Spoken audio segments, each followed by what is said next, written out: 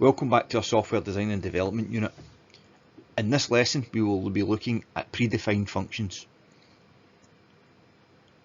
Our learning intentions for this lesson are as follows. We will learn how code is efficiently reused through the use of functions. As always, we have success criteria for our lesson. I can describe the purpose of a function and identify when it is appropriate to use one. I can describe what a parameter is. I can describe what a return value is. I can select and use an appropriate function within a program, including parameter passing and the use of return values. As always, we should refer to our success criteria throughout the lesson to gauge our progress. To start our lesson, let's have a definition of predefined function. A predefined function is a reusable section of code written to perform a specific task. Predefined functions come built in to the programming languages themselves. Certain computational processes are very common, such as generating random numbers, calculating the length of strings, rounding numbers. We see three examples of these functions on the left hand side. The RND function for random numbers, the len function for calculating the length of strings, and math.round for rounding numbers. The code to perform these common processes can be easily reused in a format known as a function.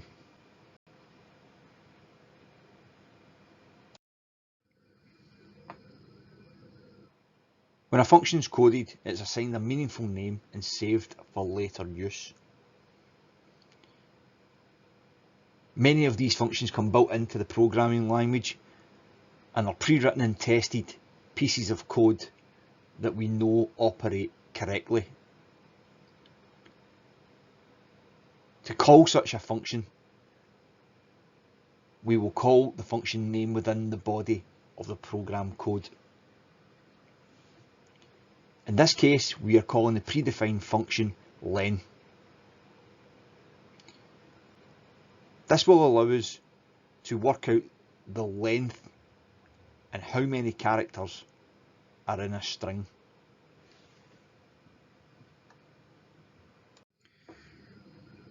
Our predefined functions work on data that is passed into the function. This data is placed inside the brackets after the function name.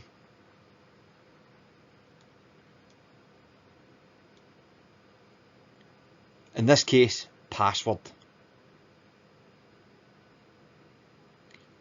The function will perform the process on this piece of data. This piece of data, or in our case, variable, is known as a parameter. The data type of that parameter is dictated by the function.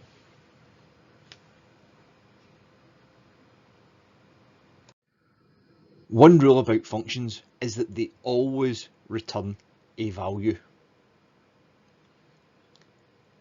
This value can be stored in a variable to be used elsewhere in the program. In this case, it's stored in the password length variable. The len predefined functions returns the length of the string as an integer. It returns how many characters are in the string. This is then stored in our variable. Again, the data type of the return value is dictated by the function. Let's look at a more detailed example. In this example, we will use the len predefined function within an input validation algorithm. This program ensures that a password contains 6 or more characters. Let's look at our example code. The user is asked to enter their password via an input box. This is stored in the variable password. This moment, this will be a string or piece of text. In the second line of code, we then call the predefined function len and pass it the parameter password, or the variable that has stored the user's input. The predefined function will then return its value to the variable password length, which has been declared as an integer because it will return a whole number. We then move on to the validation using a conditional loop.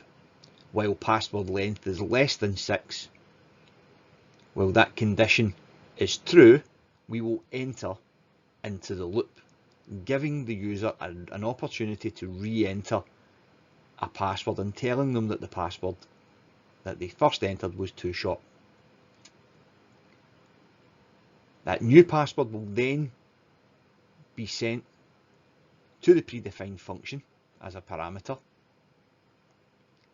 and the predefined function will return the value to password length inside the loop. We will then go back round the loop and check that condition once more. If in this case the condition is false and password length is not less than 6, then we will leave the loop and carry on with the program. This is a great example of how predefined functions can be used with other constructs. Our next predefined function is math.round. This predefined function rounds a number to a set number of decimal places. Let's look at an example. This program calculates the area of a circle and displays the answer to 2 decimal places. As with our len function, we pass the function parameters. In this case, 2 parameters, area and 2. Area is the parameter we want the predefined function carried out on, and 2 are the number of decimal places we want our return value to have. Our return value from the math.round function is sent to our variable area, which is declared as a single because it can come back as a real number. And then we are outputting that return value using concatenation to our list box, where we are joining 2 string literals in area equals and square centimetres. We are joining those to the end of our variable or our return value.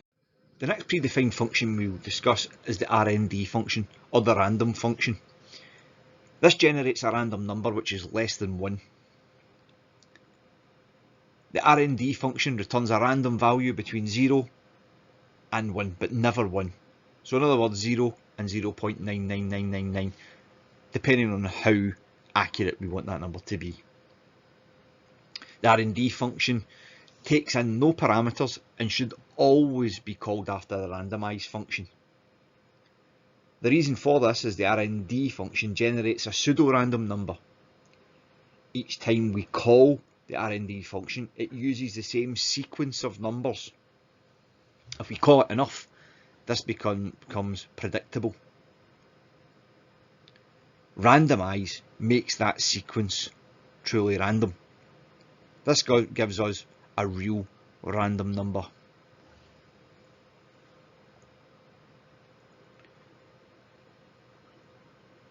As we said, randomize should always be called before the RND function.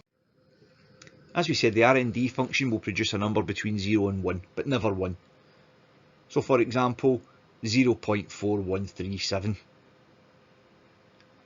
Sometimes these numbers are not as useful as others. We want to manipulate these numbers to produce random numbers that are a little more useful. In this example, the RND function is multiplied by 20. The range of numbers has been increased by multiplying the return value from the RND function by 20.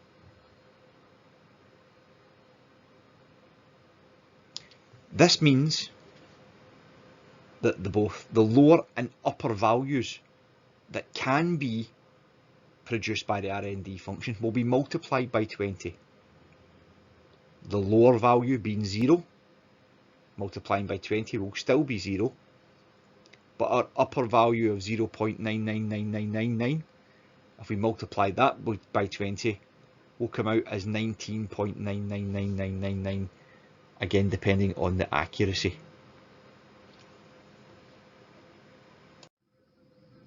We can then further manipulate this number.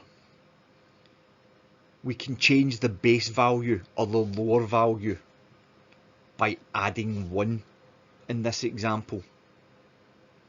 This increases the lowest value generated. If our random number produces 0, our low bound value, we multiply that by 20, we still get 0. In this case, we will add 1, giving us a lowest value being generated of 1. In our previous example, we multiplied our upper range value of 0.99999 by 20, giving us 19.99999.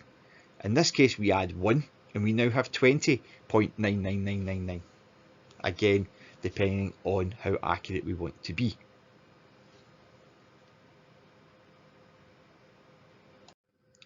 In most cases, we don't want the fractional part because it's not that useful. So the 20.99999 that we returned in the last example, the 0.9999 part might not be as useful. So therefore we can discard that using the int function. And that's been used to convert the return value from the RND function to an integer by discarding that fractional part.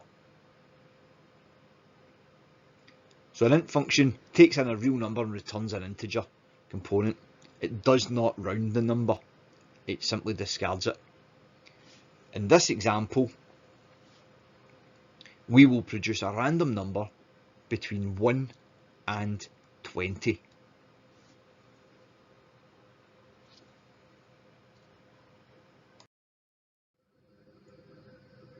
Thank you for listening to this lesson.